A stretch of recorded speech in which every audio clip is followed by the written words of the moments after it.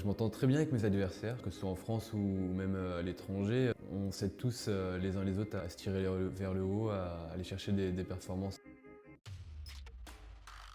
Il y a toujours un petit jeu avant la course, à l'échauffement, dans les chambres d'appel où on essaie d'être le plus confiant possible et puis de le faire passer aux autres. Sans aller jusqu'à l'intimidation, il faut arriver sur la ligne de départ en étant sûr de soi. Il y a le petit jeu de l'avant-course, oui.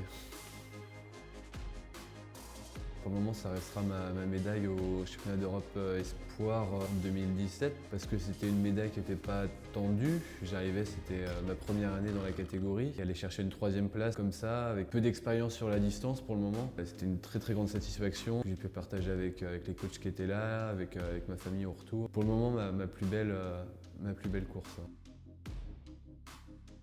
Une des courses où je pense que j'ai le plus appris, ça aurait été peut-être mon premier championnat de France de 20 km. Je dois terminer 6e de mémoire. Je suis resté longtemps avec les premiers, puis avec le manque d'expérience, j'étais très généreux dans l'effort, parce que j'ai payé beaucoup sur la fin. Je ne considère pas forcément ça comme une défaite, même si je suis loin du podium, mais je pense que j'ai beaucoup appris de cette course-là.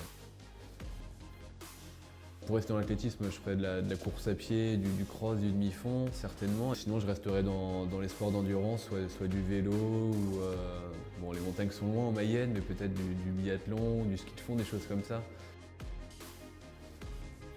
J'ai pas forcément d'idole. Après, il y a forcément des athlètes qui font rêver un peu avec leur palmarès. Martin Fourcade, Renaud Lavillenie ou Johan Diniz.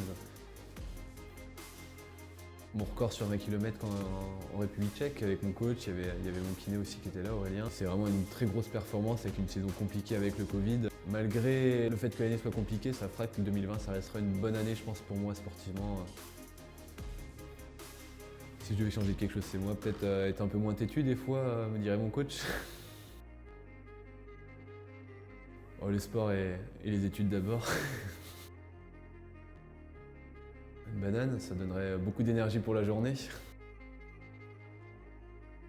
Ah, si je vais être un repas, une raclette, je pense un bon repas qu'on partage à plusieurs et qui réchauffe après l'entraînement.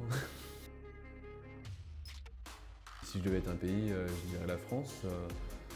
C'est plutôt sympa, on a envie d'y rester.